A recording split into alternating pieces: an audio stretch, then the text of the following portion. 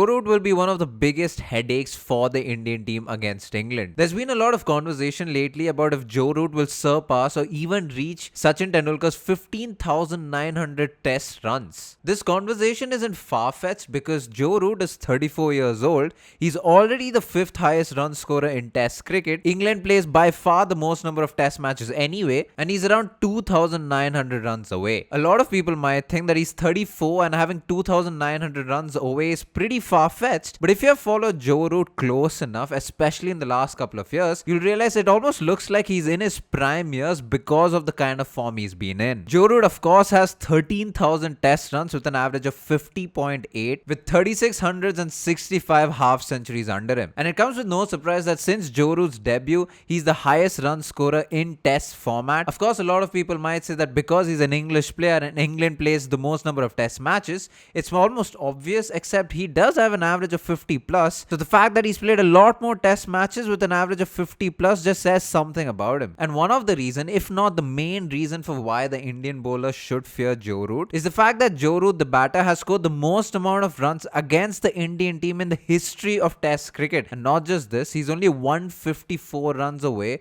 to score 3,000 runs against India. And he'll be the only one to achieve this feat. I don't say this lightly, but the Indian bowler should be scared, because leaving aside his current form and what he's been doing right now, just against India in England in the last couple of series, Joe Root has just demolished the Indian bowlers. In 2014, he played 5 matches against India in England with an insane average of 103, having 200s and 350s in his name. In 2018, however, he did have a lull, where in 5 matches he only averaged 35, where he scored just 100 and 150. This is something we will get into later on. And in the last series where India went to England in 2021-22, he again played 5 matches, again had an average of more than 100 with 400s and 150 under him. Now, all of these are insane numbers. Before we get into Joe Root, the batter, what's changed? How did he become this extraordinaire that he already was, but even his peak has peaked even further since 2020? Before we get into all of this, hit that subscribe button. If you already didn't know, the love affair of Joe Root and the Indian team starts off with his first ever test match, because yes, Joe Root did debut against India in India. England were on the verge of their first series win in India in 28 years. They just had to make sure they don't lose the final test match in Nagpur, and a lot of people were talking about the potential new number 6, because the number 6 in that series was failing. There were a lot of names thrown about, including Owen Morgan, Johnny Bairstow and even Samit Patel, but the team management went with a lanky customer named Joe Root. To give you a little bit of context, this was an English player coming to India for the first time in international colours, debuting for England, playing his first test match in Nagpur.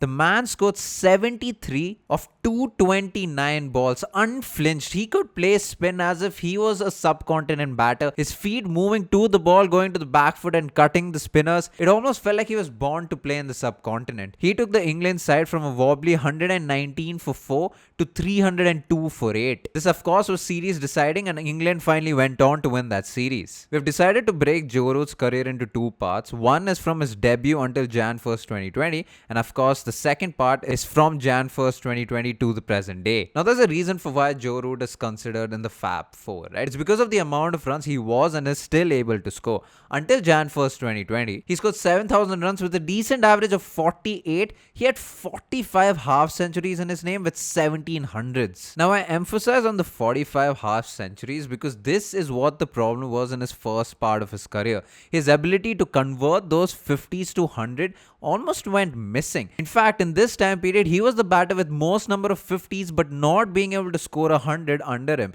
He had 45 50s, and the next batter to score those many 50s was David Warner with just 29. Now, it's insane when you think about it. He's scoring a 50 every 3.6 innings but not able to convert those 50s into hundreds. In fact, he's only scoring 100 every 9.6 innings, which means every other test match he's able to score a 50, but it almost takes him 4 test matches or more to be able to score that 100. Now, there are a couple of things to keep in mind, right? When Joe Root came on to bat initially, a lot of people targeted his pads or just outside the off stump because he had the tendency to fall over at times, give away his legs, which means he would be out LBW or bowled, or nick it to the keeper or the slips, which is also why we see these numbers. Until Jan 1st, 2020, he got out LBW or bowled against the fast bowlers 21% of the time. and caught by the wicketkeeper 17% of the time. But again, even though these numbers improve, which we will come back to later on, this is not the interesting bit. Between the scores 0 and 30, he would get out 52% of the time, which is again okay, because as a test batter, you're mostly failing than being successful.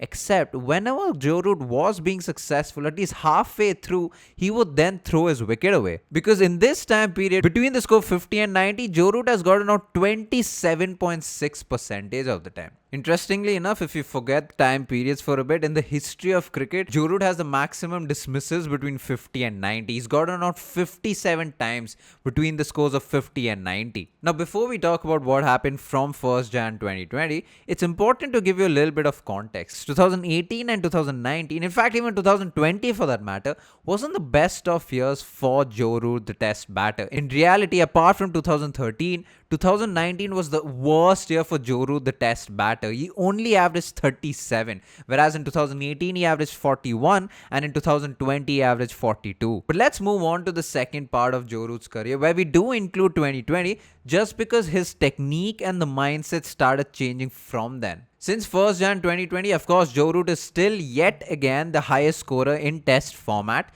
But what's more impressive is, unlike the first part, in the second part, for a batter to at least play 50 test matches, he has the best batting average of 54.2, where he scored 19 hundreds, 2 more than the first part of his career, and 20 50s. And this is the interesting bit. For someone who would score 100 every 9 innings, this time around he's scoring 100 every 6 innings and a half century every 5 innings. It's insane what Joe Root has been able to do since 2020, because from 2020 to the present day, he's had 3 years where he scored 1000 plus runs. And he's also had 3 years between all of this where he's averaged 50 plus. And a lot of people might assume that in the last 5 years, Joe Root has been scoring a lot of runs in England because that's his home, and a lot of runs in the subcontinent because he's a good player of spin, which is all true, except he has also been scoring runs everywhere around the world. He averages 40 plus everywhere in the world except for Australia. And this is where, if you are lucky enough, you will have Joe Root in your test 11. Bro, do you remember those cards that we used to play with in school, the cricket cards? We used to swap all of them in lunch break, but I would never give away my Chris Gayle golden card, if you remember. Dude, same. I first of all missed those cards. I have a bunch of them somewhere. I had a Sachin Tendulkar gold card. Never gave it away, but I don't know where it is and I miss playing with them. Why did you ask? You know what? I've been collecting them once again for the last couple of months. What do you mean? So basically there's this app called Play 11s, and what they've been doing is they've been giving out these digital collectible cards. So I just have to log in every day and it's free for me to claim. And yeah, that's where I have been collecting them. It's a new test combination every day. So they've taken all of the test cricketers. Every day I get multiple cards that are different playing 11s and all of them are unique. Wait, so you don't know what you're getting? Bro, exactly. The fact that it's random, completely random, this is what makes it very addictive also, because you don't know the kind of playing 11s that you're going to get. And you know what's interesting? I heard they're also coming up with a marketplace where you can trade these cards, and they're also going to be launching some kind of gameplay. So you're telling me I can pull a Kapil Dev or a Shane Warne tomorrow and not lose it because it's all digital? Dude, that's insane. Then send me the link, because even I want to do this now. Of course, Aswin's going to get the cards, but it's also a link that you can check out. Check out Play 11s, collect your free cards, do it daily, and loyalty has its rewards. Link in the description. Joe Root getting out bowled LBW against the fast bowlers has come down from 21% to 18%. And him getting caught by the wicketkeeper has come down from 17 to 14%. Remember that these dismissals do not include catches in the slips, but it sure has come down. This is just an observation. What's interesting is his dismissal percentage in the amount of runs he scores. Funnily enough, the percentage of the time he's gotten out between 0 and 30 has increased a little bit from 52% to 54%. And this is where there's a massive difference. Also why we see conversion rate in terms of 50 to 100 much better this time around, because unlike before where he used to get out 27% of the time between the scores of 50 and 90, this time around he only gets out 14% of the time between 50 and 90. And this is a massive difference. For someone who used to struggle converting those 50s to 100s, this is where Joe Root has become a game changer. Also why you see his averages going above the 50s. Also why you see him scoring a lot more hundreds. And this hasn't just come overnight. This is because of a lot of technical changes, a lot of minute changes that we will get into, and a mindset change. Now this is the year of 2019 where Joe Root struggled quite a bit, the lowest average he's had since 2013. And the changes that I'm going to be talking about are very minute, but it makes a big difference. In 2019 and until around 2020, Joe Root was a little front on. And what this means is that you can see his back foot a little ahead from his front foot. That means if you were to draw a straight line, the back foot would be touching that line, whereas his front foot would not. It'll be away from the line itself. And when he does this initial movement that is going back and across, you can see his front elbow facing mid-on, going towards the leg side, and his head almost falling across, which is okay, which can be forgiven. But something else to observe is his back lift, which we will come to later on. He goes back and across. Of course, he's already judged the line and length of the ball, but he stays so low to the ground. And at times, that could be a bad thing, but because he knows it's a full-end delivery, he's able to play that drive a lot more. Now, a very minute detail here is the fact that because his front elbow is facing towards the leg side,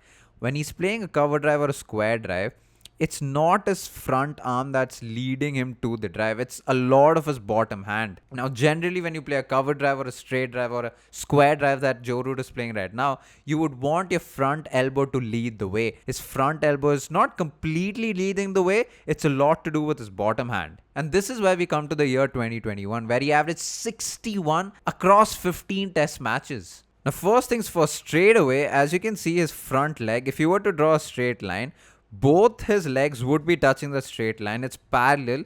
It's him making sure that he's side on and not front on. It's him making sure that his front elbow is facing the bowler, is leading the way, is making sure his front elbow is what's going forward rather than his bottom hand. Now he goes back and across. Now he's not as low as 2019, but he's still staying quite low because again, he's just the line and length of the ball. But even before Jasprit Bumrah is released, he's not as low. In fact, he's trying to stay as straight as possible. You see his front elbow facing the umpire. And then you see his front elbow leading the way throughout the entire shot. Of course, he's not opening the face of the bat as compared to 2019. But there's a clear observation to be made about how his front elbow is leading the shot, leading the way to the shot. And that's essentially what's worked for Joe Root. Even if you compare this to 2024, where in the last couple of years until then, he's been in great form. And in 2024, across 17 test matches, he's had an average of 55. And we see him do essentially the same thing. If you were to draw a line from the middle stump, both his feet will be in the exact same place. Except in this, he has a much higher back lift. Now, if you compare 2019, 21 and 24, you'll realize that Joe Root is holding his bat a little higher and has a higher back lift. Now, as you can see, his front elbow facing the umpire for the most part, and he plays a beautiful on drive, one of the most difficult shots in Test cricket or as a batter. And he's able to do this because he's predominantly become a side-on batter right now. Now, being a side-on batter doesn't essentially solve all your problems. You could be a front-on batter as well. But because of Joe Root's technique, his trigger movement, and the way he moves his feet, it just becomes a lot more comfortable for him to play the shots, especially when he leads from his front elbow. Now, because he's a lot more side-on, it also allows Joe Root to play the ball late. The hands are much closer to him. He's giving himself that little more time, and he's able to play the ball as late as possible. And especially in Test cricket and in England, you will need the ability to play the ball as late as possible. Now, another factors that have worked in Joe Root's favor since 2020, not only did he give up captaincy, the pressure of captaincy is off his shoulders, but Brendan McCullum became the coach and changed the mindset of the English batters. Say all you want about Bazzball, but it has clearly worked for Joe Root, the batter. He currently has a strike rate of 57.5 in Test cricket. Although strike rate is not something you usually talk about, in Joe Root's case, it is a point that we will make. A strike rate of 57.5 is his highest strike rate in Test career ever. And something very, very interesting is his strike rate breakdown. Until 1st Jan 2020, his strike rate between the scores of 50 and 100 was 53.4, and his strike rate after 100 was 66. And since 1st Jan 2020, and this is the change that he's made, every time he scored a score of 50 to 100, he has a strike rate of almost 70. And every time he's gone past 100, he has a strike rate of 65. So even though his strike rate does come down a tad bit after scoring 100 as compared to his stats until Jan 1st, 2020, his strike rate between the scores of 50 to 100 after 2020 has increased quite a bit. And this is what Joe Root has also talked about, how Brendan McCullum and the style of play that he's introduced to English batters just gives Joe Root a lot more freedom, because Joe Root, the batter, is essentially attacking, essentially wants to play a lot of shots, also why he bats at number 4. For someone who's been given a lot of freedom and for someone who plays a lot of shots, for him to just go out there and do his thing, this is what has propelled Joe Root to become the extraordinaire that he is right now. And the fact that he's chasing Sachin Tendulkar and the conversation of how he might just do it is no mean feat. Joe Root, the batter, will only continue to score runs unless the Indian bowlers figure him out. Unless the Indian bowler pick out an obvious weakness that he has, and which we can talk about. If you want a video on how the Indian bowler should bowl to the England batters, let us know in the comments below. Now this has been our video on Joe Root, how he's already the best England test batter England has ever seen, and how he is on his way to reach the milestone of becoming the highest run scorer in test format. If you've enjoyed this video, like, share and subscribe, all that good stuff. All of our links are in the description below. Thank you so much for watching. Peace.